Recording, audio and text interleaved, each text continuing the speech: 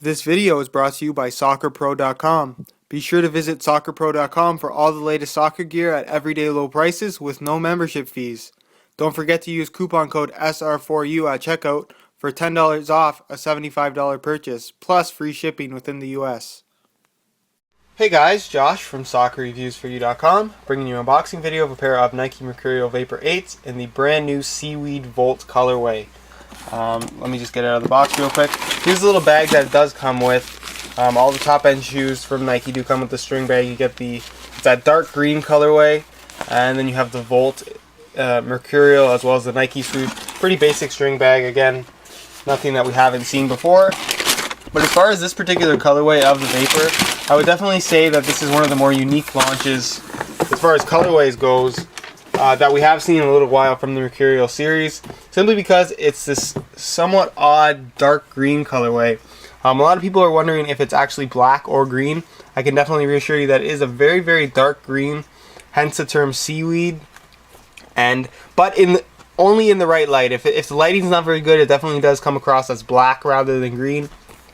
But accented by these Volt swooshes on the outside as well as the inside. And then obviously the liner is this bright green Volt color as well.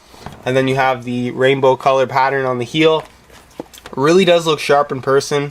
And you're also going to notice that Nike has gone with the faux leather finish as opposed to the suede finish that we saw on the two launch colorways, which is the bright mango as well as the white, whereas the Clash collection release had this faux leather finish. So this particular one has the faux leather finish as well.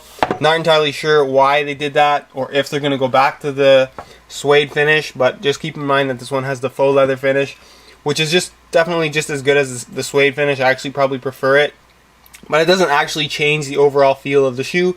If you want to see a video of me comparing the two, I'll leave an annotation in the top left corner, as well as unboxing videos of the other three colorways released in the Vapor 8. But as far as to talk about the shoe a little bit, it features a brand new Tasian synthetic upper that's extremely thin, probably one of the thinnest uppers on the market. You can see my finger actually running through the inside of the shoe here. Super thin.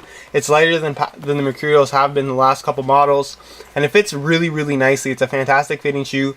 They've narrowed it. It's become more narrow from the past versions of the Mercurial, more along the lines of the narrowness of the Superfly.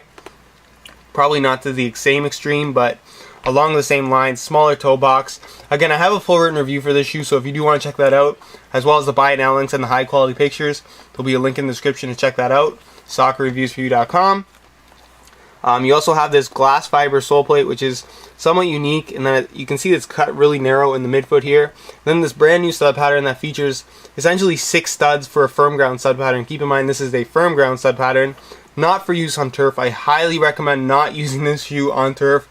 The stud pattern is just totally not designed to be used on any kind of hard ground, hard surfaces, or artificial surfaces for that matter. So definitely stay away from that. You're going to compromise the durability of the shoe, and you're also going to compromise your own safety simply because the stud pattern is not designed for that type of surface. But when you do use the stud pattern on firm ground like you're supposed to, the stud pattern really does work well. You have these 2 studs in the back, which you think would cause some stability issues, but in reality it really does work well. And there's really no issues given that the ground is not too hard. Then you have these 4 studs here, which basically act as push-off points.